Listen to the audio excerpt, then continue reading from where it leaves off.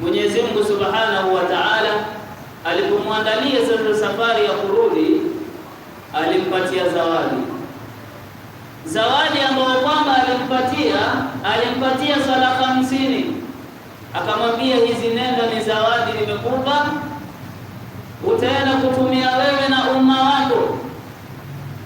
Mtume sallallahu alaihi wasallam akazipokea zile swala, akawa ni mwenye kushuka nazo kutuletea sisi ummati wake. Lakini tuambiwa kwa sababu ya uzito zilienda hizi swala zikapunguzwa na kupisha kwa ajili ya muda. Hizi swala zikapunguzwa mpaka zikabakia swala 5. Hizo swala 5 ndio wakatuletea sisi, ikawa sisi sasa ndio tutakaniwa kuziswali hizi swala 5. Hii ni silsila ama mwongozo